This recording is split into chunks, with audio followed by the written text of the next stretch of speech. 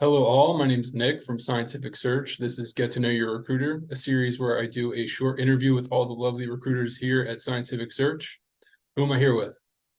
My name is John Barry. I'm the Director of Technical Recruiting here at Scientific Search. Never been described as lovely before, but thank you, Nick. I appreciate it. Of course, John. And how long you been with Scientific Search?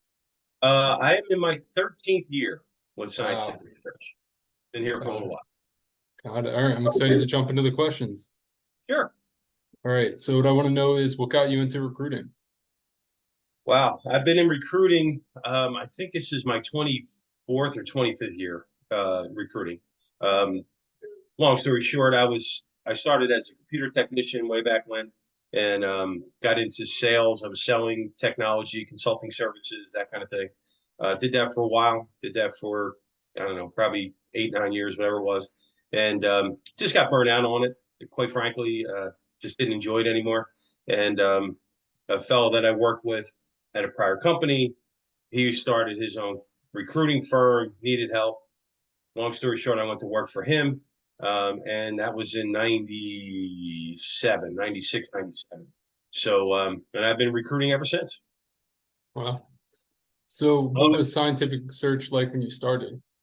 Scientific Search was a little different than it is today in the fact that just from a size perspective, not that we're a big company. We maybe have 25, 26 people in our firm, but um, we were only, I'll say 5 or 6 people, maybe seven at the time. So we're a much smaller company, um, but but did very, very good work for our clients and still do that to this day. Provide excellent consultative type of searches for our clients, as well as performance, getting them the candidates that they need when they need them. But the thing about scientific search that has always kind of struck me, even though we've gotten a little bit bigger, um, we haven't lost our entrepreneurial spirit, excuse me.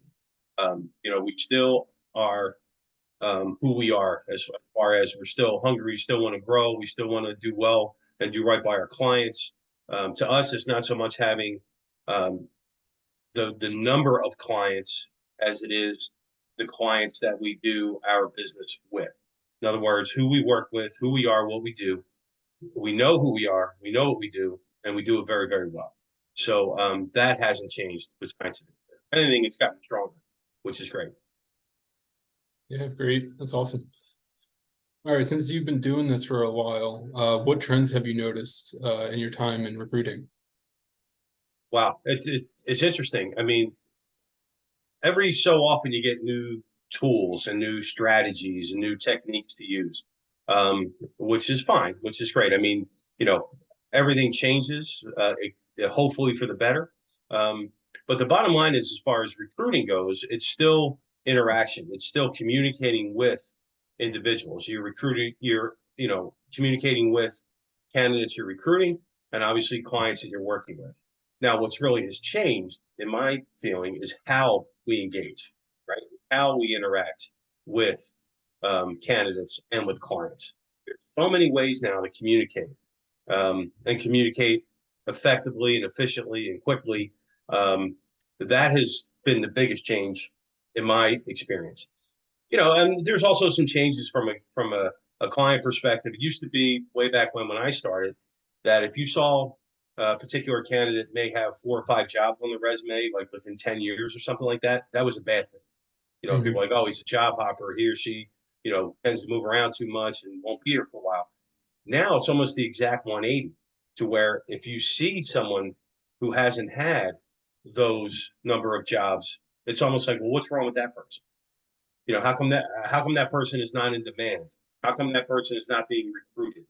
Mhm. Maybe that person doesn't feel they want to be have a career path and they want to be successful in whatever their chosen field is. So those are kind of the two biggest things that I've seen over the years I've been doing this. Great point. Yeah. So what industry do you specialize in and why did you choose that one? Well, I kind of, I don't want to say I chose it, kind of chosen for me, Mhm.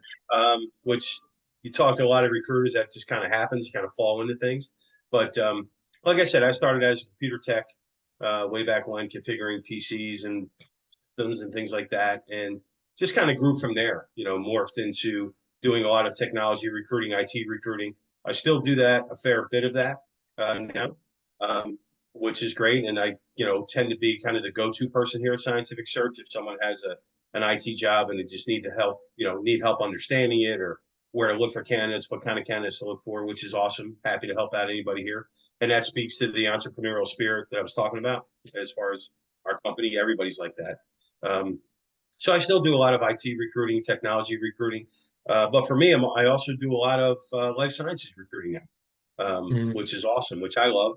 Again, always looking to grow and be diverse in what I do, and try to add value to our clients where I can. So my feeling is the more I can do from a recruiting perspective in different technologies, different industries, the more value I can add to our clients and our candidates. Definitely. All right. What would some tips that you would give to someone that's looking to get into recruiting?